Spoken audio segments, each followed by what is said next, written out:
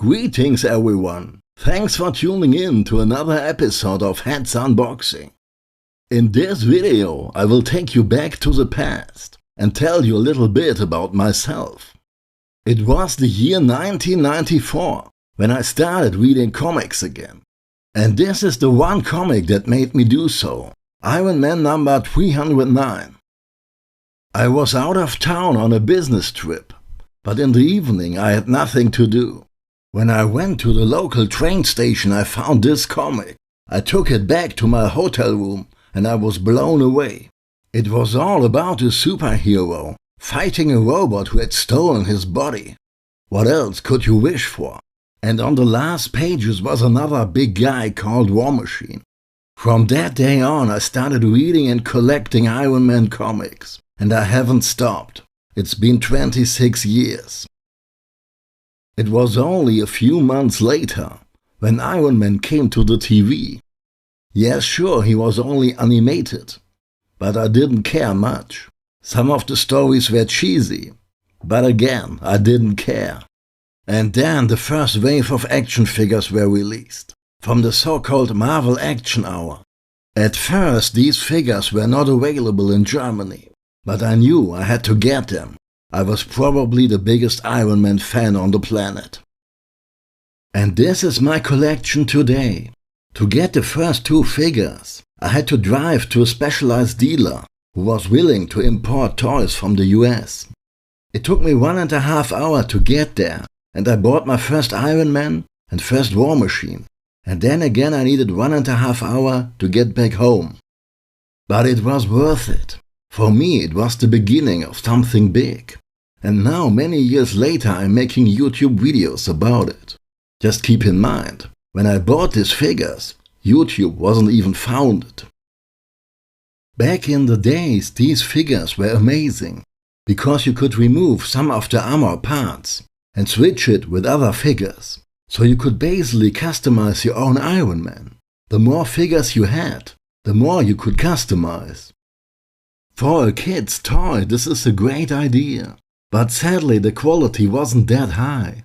Sometimes parts fell off, just by looking at them. The Marvel Action Hour contained 2 shows, Iron Man and the Fantastic Four, and each one of them had a whole bunch of action figures.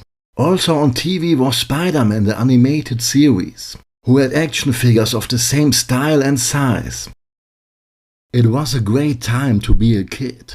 If you liked Marvel characters, then you had a lot of figures to play with. I think these figures were cheap. Not in Germany at first, because they were hard to get. It took some months to have them available at Toys R Us too. Now let's take a good look at the collection. I hope I do remember all the names. The first one is the regular Iron Man and War Machine. The next one are Hydro, Inferno, Silver Centurion, Stealth, Arctic, Space, Subterranean, and another War Machine. A nice collection indeed, but I have 2 more figures. These are not strictly speaking Iron Man, but they feature the same body and the same interchangeable parts. The red one is the Crimson Dynamo, also a suit Tony Stark wore in the comics for a while. And the green one is a Guardsman, a suit Tony made a while back. It is so long ago, even I can't remember why. Maybe some viewer can tell me. Here's another Space Armor Iron Man.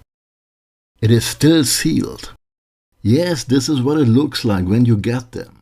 No fancy box, just a cardboard.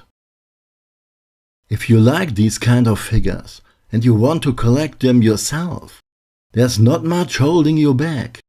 They are still available second-hand, even in a very good condition at a reasonable price. They must have made so many of them back in the day.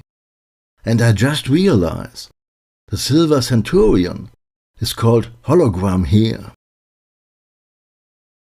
I hope you did enjoy my little time travel video.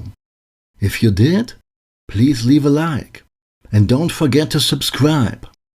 I still have a box full of stuff I want to show you.